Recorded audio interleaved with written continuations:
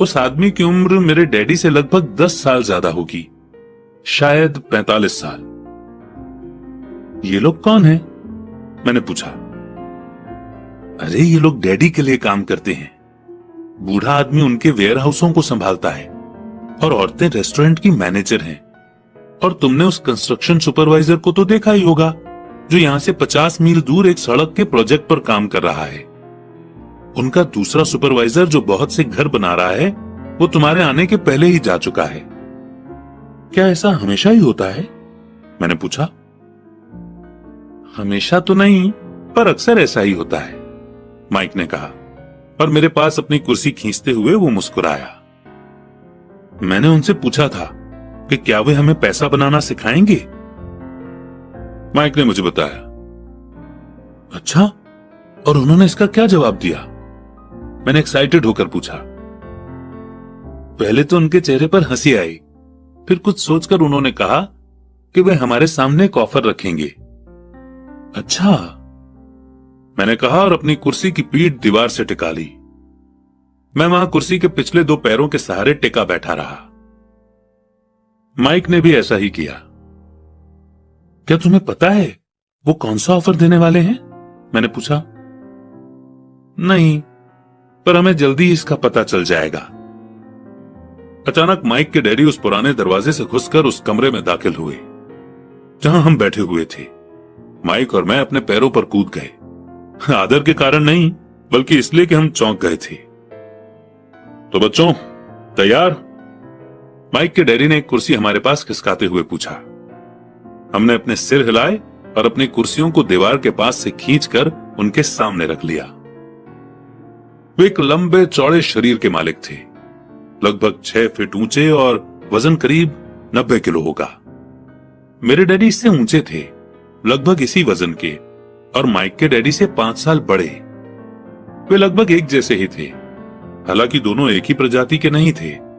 हो सकता है कि उनकी एनर्जी एक सी हो। माइक का कहना है कि तुम पैसा कमाना सीखना चाहते हो। क्या यह सही है, रॉबर्ट? मैंने तुरंत सहमति में अपना सिर हिलाया, हालांकि मुझे थोड़ा सा डर भी लग रहा था। उनके शब्दों और मुस्कुराहट के पीछे बहुत ताकत थी। अच्छा, ये रहा मेरा ऑफर। मैं तुम्हें सिखाऊंगा, लेकिन मैं ऐसा क्लासरूम के स्टाइल में नहीं करूंगा। अगर तुम मेरे लिए काम करोगे तो उसके बदले में तो मैं तुम्हें सिखाऊंगा, और तुम मेरे लिए काम नहीं करोगे तो मैं तुम्हें नहीं सिखाऊंगा।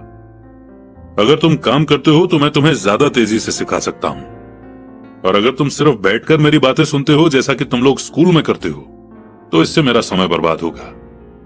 ये मेरा ऑफर है, इसे या तो मान लो या फिर वापस लौट जाओ। क्या मैं पहले आपसे एक सवाल कर सकता हूं? मैंने पूछा। नहीं, इसे या तो मान लो या फिर वापस लौट जाओ। मेरे पास बर्बाद करने के लिए फालतू समय नहीं है, अभी ढेर सारा काम पड़ा हुआ है। अगर तुम में तुरंत फैसला करने की क्षमता नहीं है तो तुम कभी पैसे कमाना नहीं सीख पाओगे। मौके आते हैं और चले जाते हैं, इसीलिए तुरंत फैसला लेने की एबिलिटी एक इंपॉर्टेंट स्किल है। तुमने जैसा चाहा था वैसा एक मौका तुम्हारे सामने मौजूद है। अगले 10 सेकंड में या तो पढ़ाई शुरू हो जाएगी या फिर ये हमेशा के लिए खत्म हो जाएगी।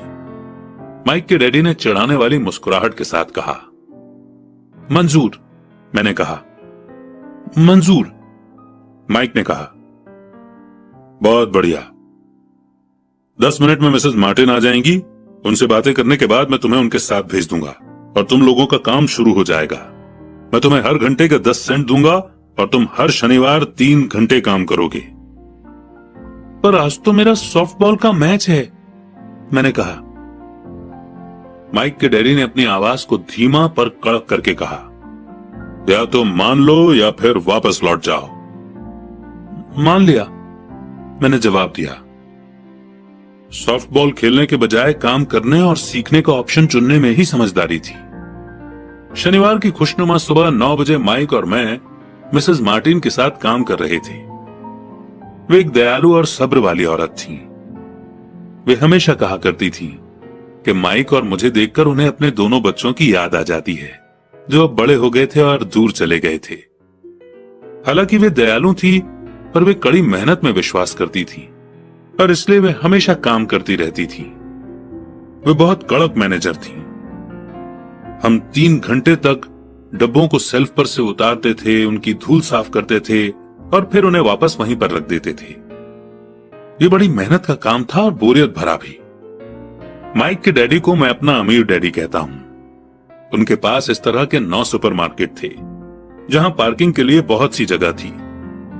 पड़ोस के जनरल स्टोर, जहां लोग दूध, ब्रेड, बटर और सिगरेट जैसी चीजें खरीदते हैं। समस्या यह थी कि हवाई में एयर कंडीशनिंग नहीं थी और गर्मी के कारण स्टोर्स अपना दरवाजा बंद नहीं कर सकते थे।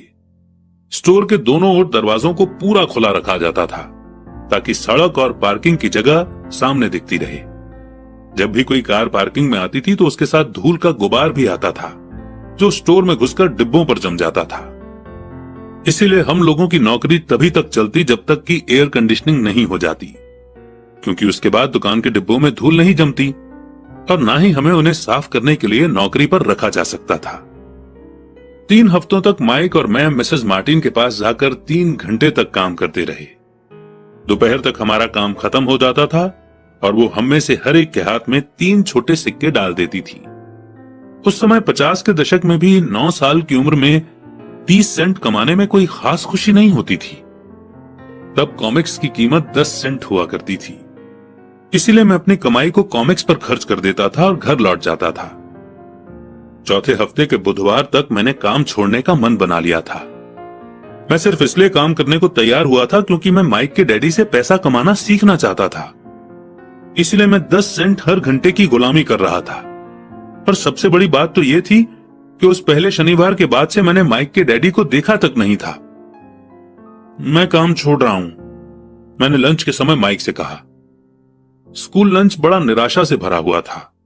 स्कूल भी बोरिंग था और अब तो मेरे पास शनिवार भी नहीं थे जिनका मैं इंतजार कर सकूं।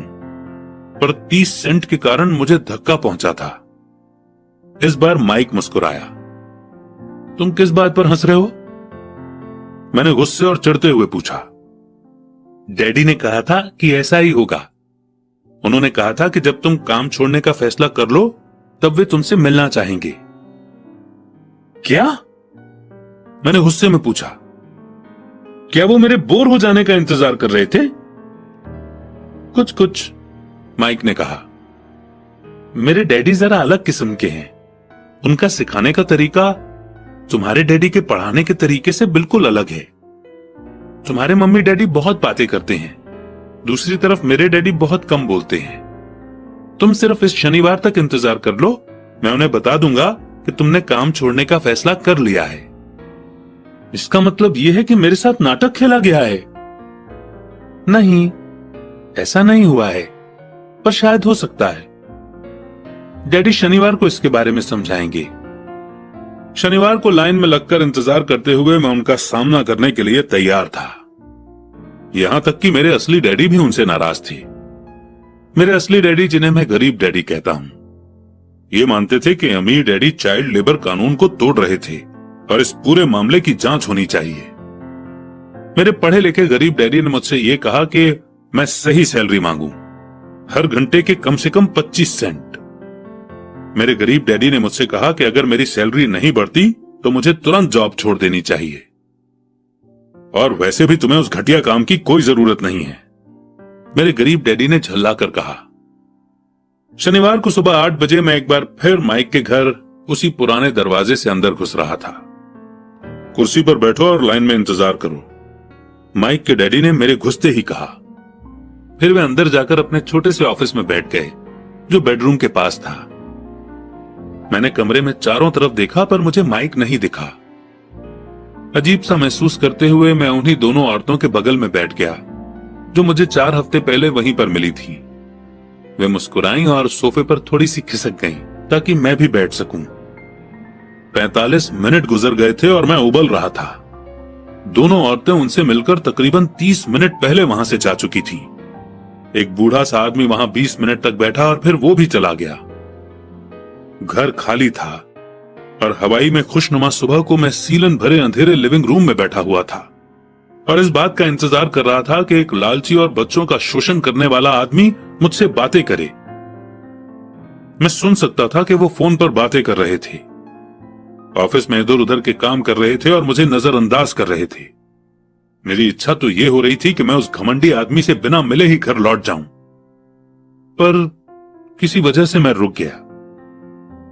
आखिर 15 मिनट के बाद ठीक 9 बजे अमीर डैडी अपने ऑफिस से बाहर निकले। बिना कुछ कहे उन्होंने हाथ से मुझे इशारा किया कि मैं उनके ऑफिस में आ जाऊं। अमीर डैडी ने अपनी ऑफिस कुर्सी पर बैठते हुए कहा, या तो तुम्हारी सैलरी बढ़ाई जाए या तुम काम छोड़ रहे हो, है ना?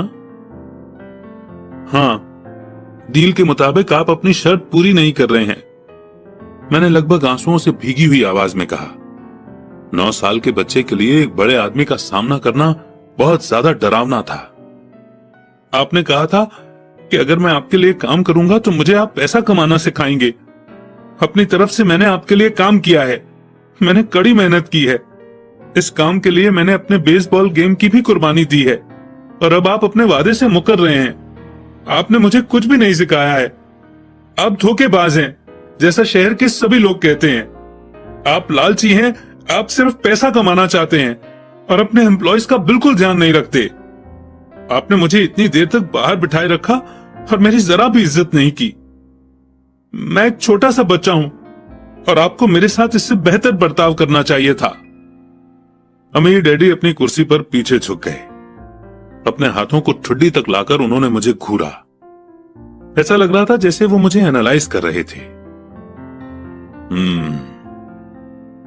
बुरा नहीं है, 1 महीने से भी कम समय में तुम वही भाषा बोल रहे हो जो मेरे ज्यादातर एम्प्लॉय बोलते हैं। क्या? मैंने पूछा। मैं समझ नहीं